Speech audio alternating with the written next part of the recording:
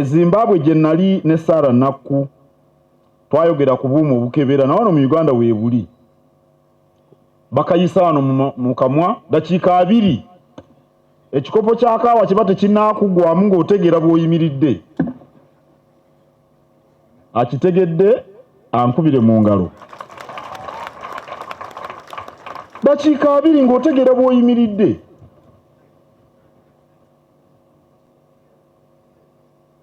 Naye ekkubo erisinga okwesigika liri mu bana abambadde egganduula. Waliwo ndowooza ono abaana abamuseminaaliyo mulaba n'ababuulizi. Ekkubo ettuufu lyeryo ekiragiro ky'omukaaga waliwo atakimanyi. Eryo lyekkubo ettuufu mubigondere naye muli bakakanyavu bya myoyo. Father wa Lusimbi yali mukiise mu lukiiko lwa Buganda aveeyo Sese yali kweva Father mu kereziya y'Abasodokisi n'atugamba nze omulimu gwange kulyowa myoyo naye abantu b'endyowa balina kuba balamu n'olwekyo nga sinnaba kulokola myoyo gyammwe kansooke mbalokola emibiri muwulirize bano bannaku kye babagamba mwe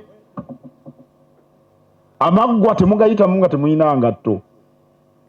Waliwo atakitegedde awanika omukono. Amaggwa yambala engatto kati tuli mamwanyi tugendera mu mageetesi kubanga waliyo ebitiititi ebiyinza otufumita ebigere. Omukyala akubye mu ngalo amagezi alina mangi. Tugendeyo mu mwanyi waliyo ebitiititi bitufumita ebigere. Mutudde wano munanye bulungi nnyo muli baami ba Kabaka. Amaggwa gali gabafumita ebigere bannaye. Amageetesi timugamanyi gagula ssente empawe zaagabwe gati. Waliyo na buno obw'okuyisa mu kamwa naye ate okusinga byonna ekkubo bakama baffe Rubaga ekibuli n'ennamirembe lye batugamba lye muba mukwata naye muli bakakanyavu. Olw'okuba muli bakakanyavu kati nganze mukulu wammwe kyemba mbagamba mubeere beegendereza. Kabaka kyatwagaza tube balamu tulwane tuze Buganda ku ntikko.